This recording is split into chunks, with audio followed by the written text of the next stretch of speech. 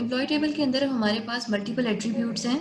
इन सब के अंदर हमने डेटा इंसर्ट करवाना है। बहुत सारे हमारे पास ऐसे एट्रीब्यूट्स हैं जिस पे हमने चेक्स लगाए थे।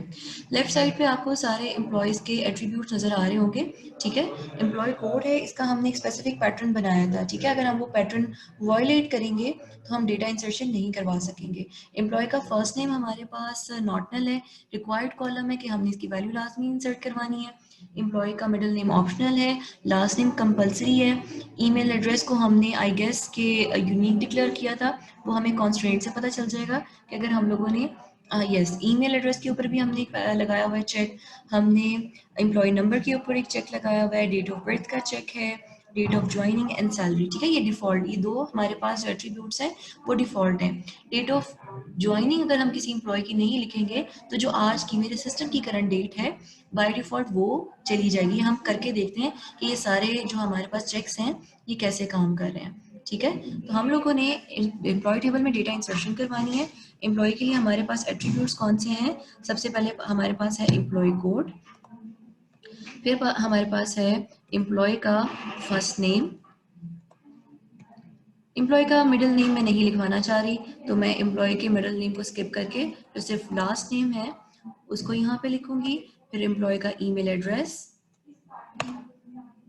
आप जिन जिन कॉलम में डेटा इंसर्ट करवाना चाह रहे हैं अब वो सारे कॉलम यहाँ पे आप सिलेक्ट कर लें, ठीक है। सैलरी कॉलम है हमारे पास,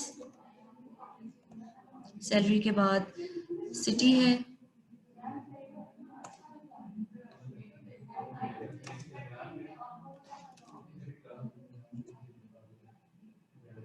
date of birth,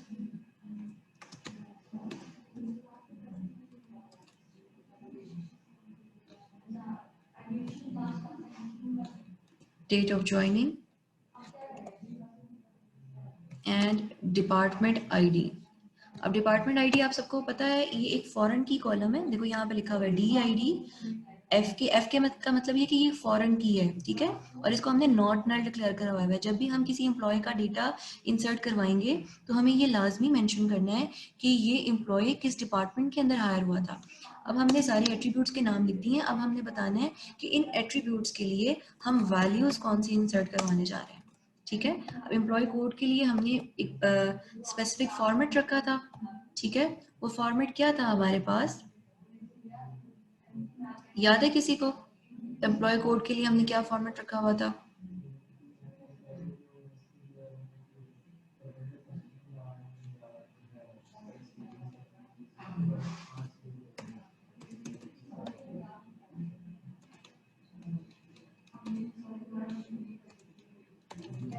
let's suppose ये मैंने एम्प्लॉय का कोड लिखा है, ठीक है।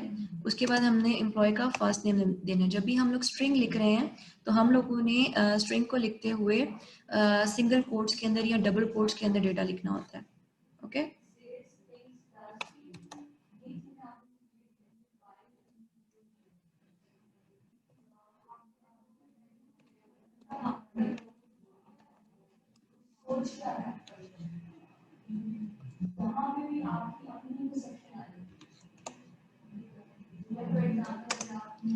लास्ट नेम के बाद हमने ईमेल एड्रेस लिखना है। ईमेल एड्रेस के ऊपर भी हमने चेक लगाया हुआ था, ठीक है। अभी मैं सारी करेक्ट वाली वैल्यू इंसर्ट कर रही हूँ, उसके बाद मैं इनकरेक्ट डेटा ऐड करके दिखाऊंगी आपको, ताकि आपको आइडिया हो जाए कि जो चेक्स हमने लगाए हुए थे वो परफेक्टली काम कर रहे हैं।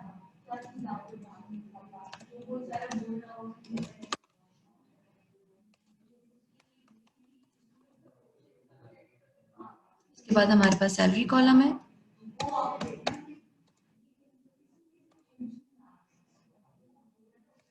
Date of birth single quotes में हमें देनी है। सबसे पहले आपने मंथ प्रोवाइड करना है, मंथ के बाद आप ऐड करेंगे इसमें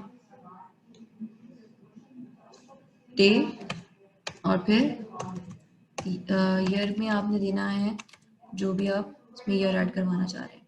अब अगर मैं इस डेट के साथ डेटा इंसर्ट करवाऊंगी तो वो एरर थ्रो करेगा। उसकी रीज़न ये है कि हमने एक चेक लगाया था। चेक लगाते हुए हम लोगों ने क्या कहा था कि कोई भी एम्प्लॉय हम ऐसा हायर नहीं कर सकते जिसकी एज 18 ईयर्स से कम होगी।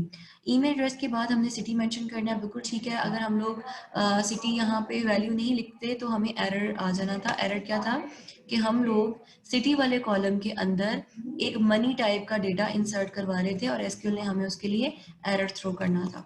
तो हमने सिटी के लिए लाहौर की वैल्यू लिखी, सैलरी की वैल्यू लिखी, डेट ऑफ बर्थ में हमने डेट ऑफ बर्थ लिख दी है, डेट ऑफ ज्वाइनिंग में हम लोग आज की डेट मेंशन कर देते हैं।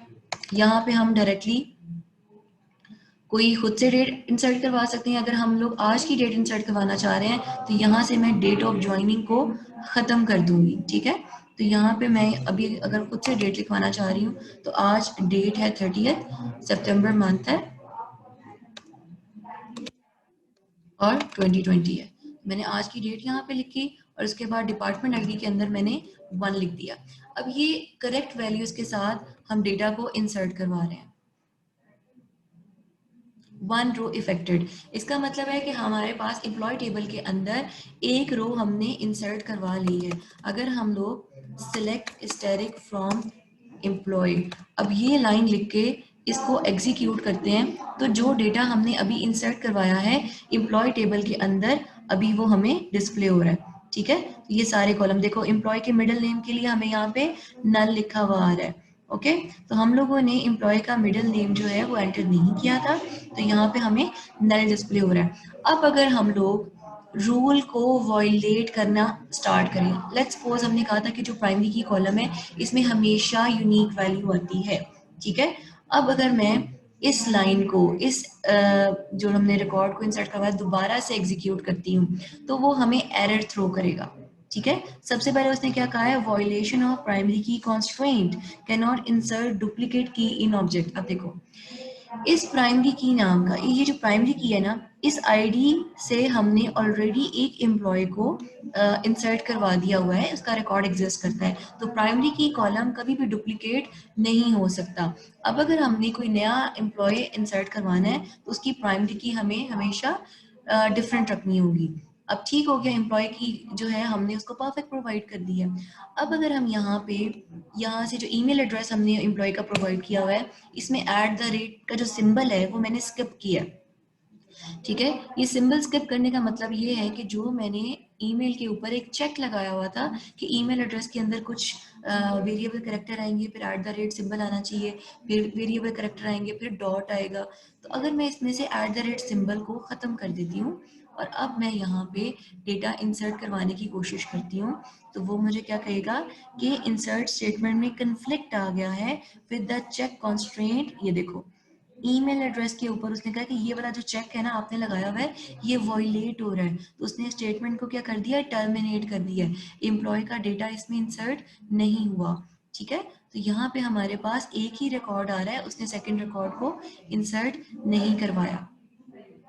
ओके, @ सिंबल मैं यहाँ पे दोबारा लगा देती हूँ। अब मैं यहाँ पे अगर लेट्स सपोज मैं एक डिफरेंट एम्प्लॉय का रिकॉर्ड यहाँ पे लिख रही हूँ जिसका नाम है अली ताहिर, ठीक है।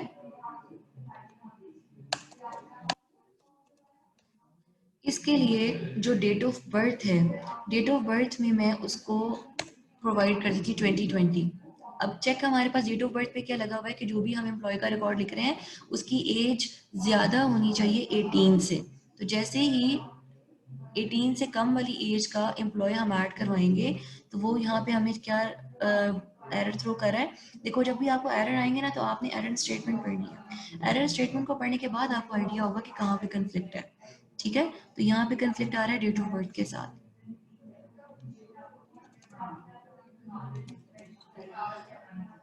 अगर हम डेट ऑफ ज्वाइनिंग प्रोवाइड नहीं करते, ठीक है, अगर हम लोग किसी एम्प्लॉय का रिकॉर्ड तो इंसर्ट करवा रहे हैं लेकिन डेट ऑफ ज्वाइनिंग हम उसको प्रोवाइड नहीं करते तो क्या होगा, ठीक है। हमने डेट ऑफ ज्वाइनिंग प्रोवाइड नहीं की है और एक डिफरेंट एम्प्लॉय का रिकॉर्ड हम लोग इंसर्ट करवा रहे हैं, डेटा इंसर्ट हुआ है लेकिन एरर आ रहा है। एरर कहाँ पे आ रहा है, ओके यहाँ पे।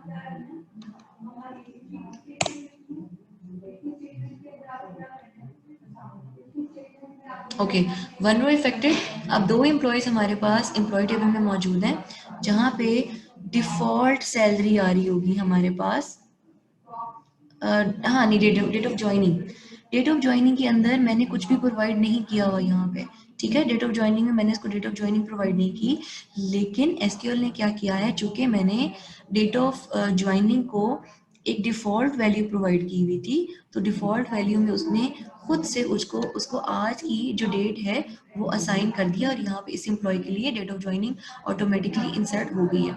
अब हम मल्टीपल एम्प्लॉयज़ का डेटा इंसर्ट करवा सकते हैं विद सेम सेलेक्ट स्टेटमेंट, लेकिन हमें क्या करना पड़ेगा, जो एम्प्लॉय आईडी है उसको हमेशा डिफरेंट करना पड़ेगा।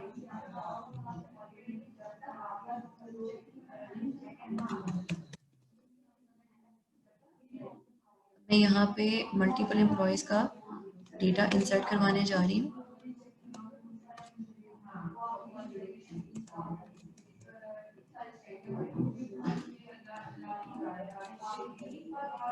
ओके, यहाँ पे इनकी मैं जो क्रेडेंशियल्स हैं वो थोड़ी सी चेंज कर दूंगी।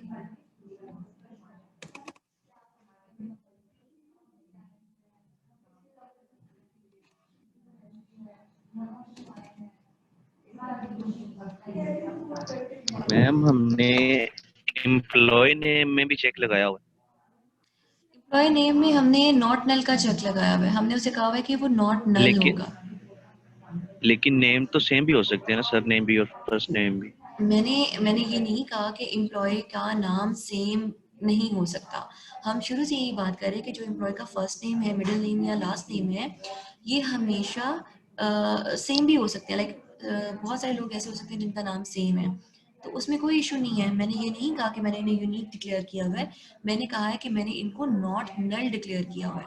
मतलब कोई भी एम्प्लॉय ऐसा नहीं हो सकता जिसका फर्स्ट नेम और लास्ट नेम नल हो।